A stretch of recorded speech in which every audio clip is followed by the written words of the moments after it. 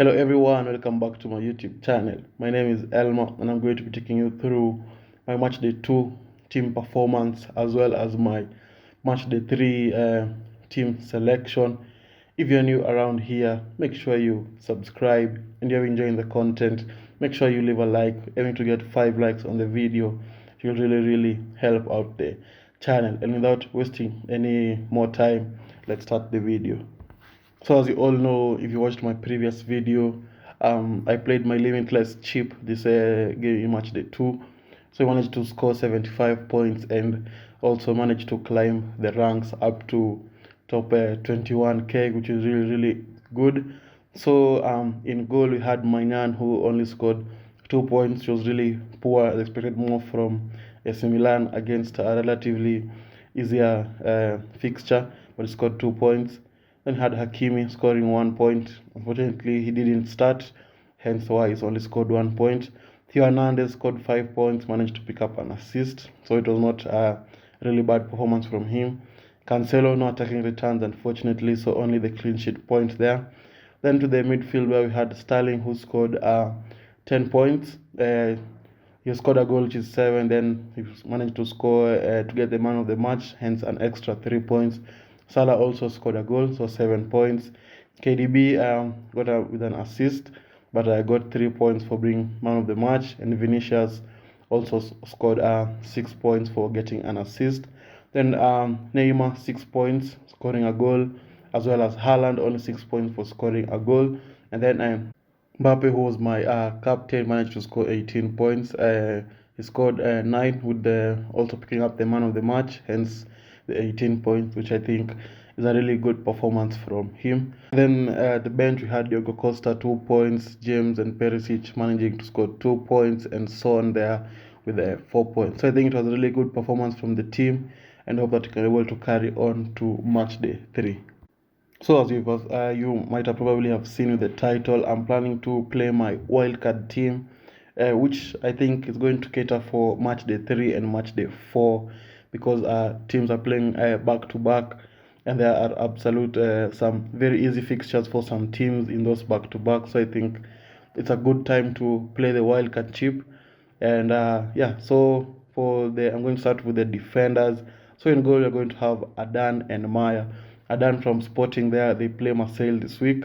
So, and they're going to play them in Matchday 4. As I've said, it's for back to back. So I think it's a relatively easy fixture for Sporting.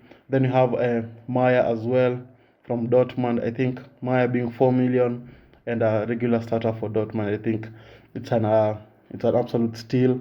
And Sevilla have not been up to their best, so I think it's a good option to go for Maya in there.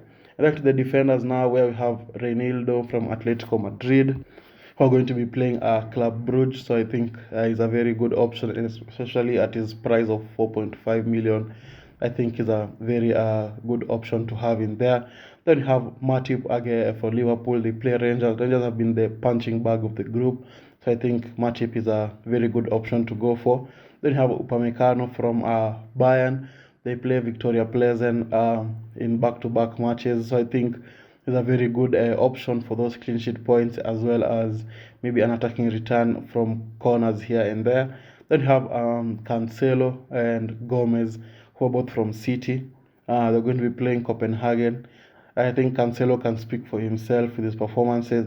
I've only gone for Gomez because he's the cheapest Man City asset, and with Walker being injured, I think Gomez might get a chance here and there.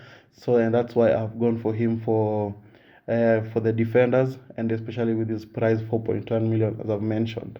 Then now we can move on to the midfielders, where I've gone for Sane and Musiala from Bayern Munich.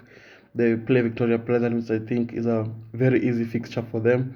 I think they'll score a lot of goals, and that's why I've gone for them. Then we have Valverde and Vinicius Jr. from Real Madrid. They both play Shakhtar.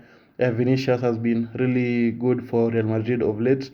He also scored a goal in the league during the weekend, so I think he's on form and he's a really good player. Valverde didn't play against Osasuna in the midweek, so I think he's going to start this game and he's going to be really good, as he's always been. Then we have Kudus from Ajax. He's been really good in the Champions League.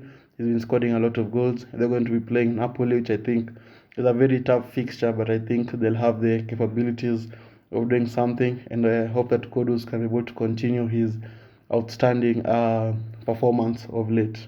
And then we can move on to the forwards. I'm going to be having Mbappe from PSG. They play Benfica. Benfica have looked really good, but I think PSG are going to be levels ahead of them. So I think they're going to outperform them. And I think Mbappe will be too good for their defense, especially with someone like Messi and Neymar trying to pass the ball to him. So I think Mbappe is a very good option. Then Haaland from City, they play Copenhagen. I think Haaland is going to have a field day in this match if he manages to play, and I think he's going to have a really good performance against Copenhagen. Then you have Milik, who I think is a very big differential from Juventus. They play Maccabi Haifa. I think is the weakest team in the Champions League. So I think Milik, they're going to perform really well, especially Juventus, since they need to catch up some momentum after their 2 losses in the group so far. And I think these are easy 6 points from them. So I think Milik will be able to perform really well for them, and I hope that he'll be able to do that. And then now we can go to how I'm going to line up. So the lineup is mostly due to the dates of the fixtures. So I've gone from all the players who are playing on 4th October are going to be starting first. And then if maybe one of them or 2 of them don't perform really well, or if I think someone from the bench, as you can see, I have Maya, Gomez, Cancelo, and Vinicius on the bench right now. So if any of the players in the team does not perform well, I'm going to be able to have a very strong bench to be able to bring them on. And also I'm going to be captaining Sane for the 4th of October. If he doesn't perform, I think I'm going to switch to either Haaland, Mbappe, or Milik for now. And one thing to note, this team is not sure. Maybe I'm going to be making some changes here and there, especially with like Musiala, who I'm not so sure is going to play against Victoria Pleasant. Maybe they are managing his minutes. So that is someone I'm looking to take out and bring someone else. And I think that is a very good team for a wild card. I hope that you'll be able to perform really well. Let me know in the comments what you're planning to do, who you think are good replacements for Musiala, and where I could improve. I hope that you've enjoyed the video, and with that I'd like to say bye bye, and I'll see you all guys later.